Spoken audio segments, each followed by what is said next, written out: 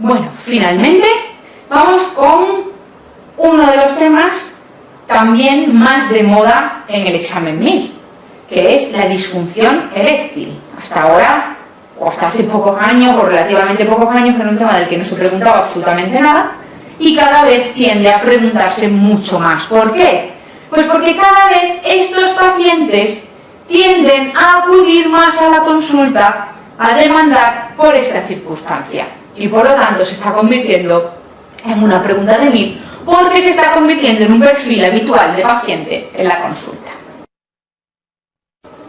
Bien, el trastorno endocrino que presenta mayor prevalencia de disfunción eréctil asociada es la diabetes mellitus. La causa es multifactorial. Ya sabéis que existe lo que se llama envejecimiento vascular normal en la población, en pacientes incluso sanos. A eso se asocia la arteriopatía diabética y a eso se asocia la neuropatía diabética. Por lo tanto, un paciente con diabetes mellitus tiene muchísimas papeletas para tener una disfunción eréctil. Fijaros, varias preguntas que van dirigidas a esto, es decir, a las contraindicaciones de tratamiento con citrato de sildenafilo.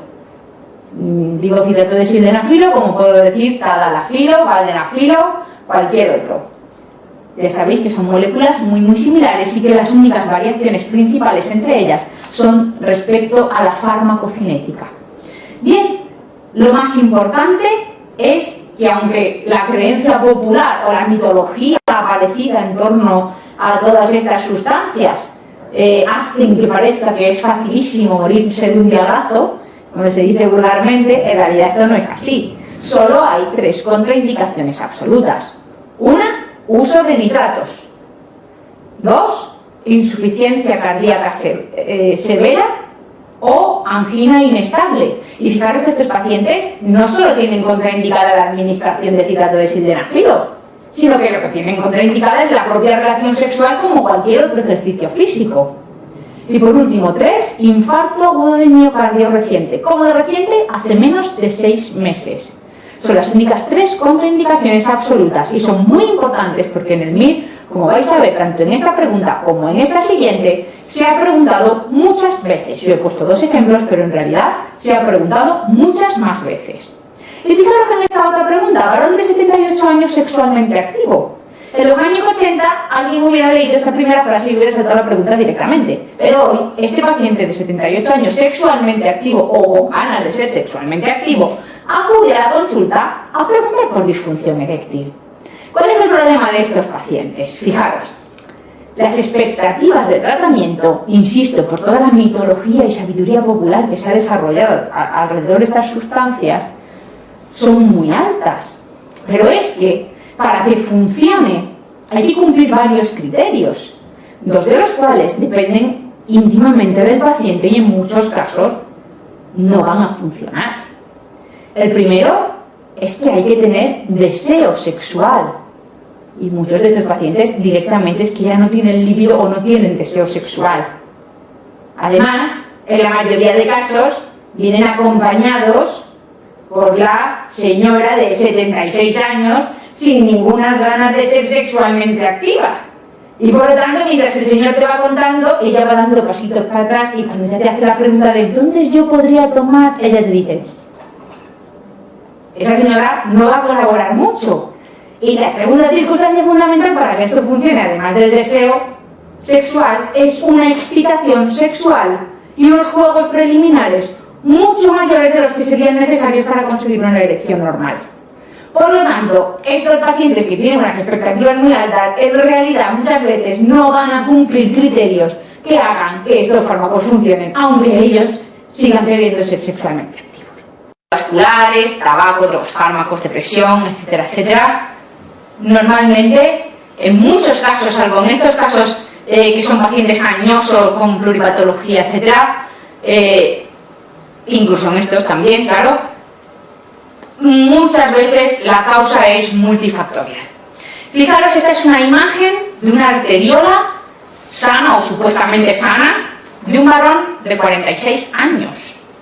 La capa más externa es la adventicia, todo lo que vemos amarillo, eso es ateroma, ya es enfermedad vascular. con 46 años. Eso quiere decir que la degeneración vascular avanza muy rápido y que es el principal problema de salud de nuestro siglo y probablemente los venideros.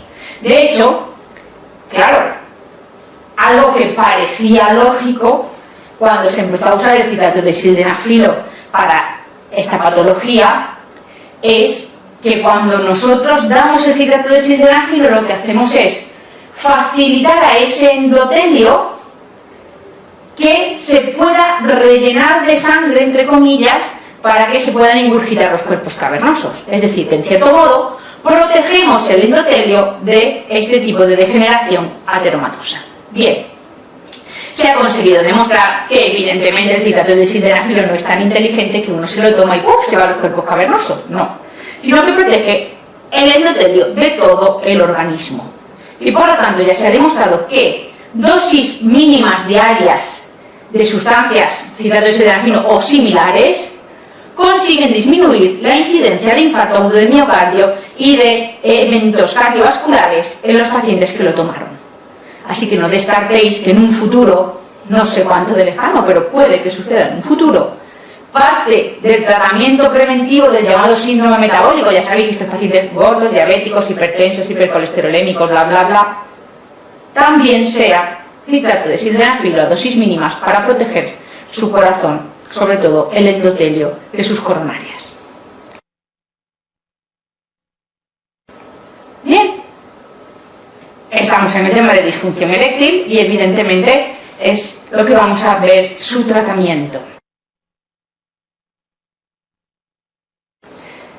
Fijaros, con la aparición del citrato de sildenafilo se ha revolucionado por completo el tratamiento de la disfunción eréctil. ¿Por qué? Porque hasta hace poco lo único que contábamos era con la apomorfina, con resultados no demasiado buenos y muchos efectos secundarios, y sobre todo con la terapia intracavernosa, la prostadilo al prostadilo, o nombre comercial si os suena alguno, el Caverjet. Eso consiste, ya sabéis, en inyección de prostaglandinas intracavernosas. Y el paciente se tiene que pinchar la cola. Evidentemente, hoy entre tomar una pastilla o pincharse la cola, la gente suele tener claro lo que prefiere hacer. Pero ojo, porque muchos pacientes que estaban con terapia intracavernosa antes de la aparición del citrato de sildenafilo han automatizado este gesto y no han querido probar después el citrato de sildenafilo. Y además es un tratamiento con bastante buenos resultados que la gente está contenta. Pero como digo, insisto, hoy, primer paso de tratamiento y fundamental, obviamente, el citrato de sildenafilo por vía oral.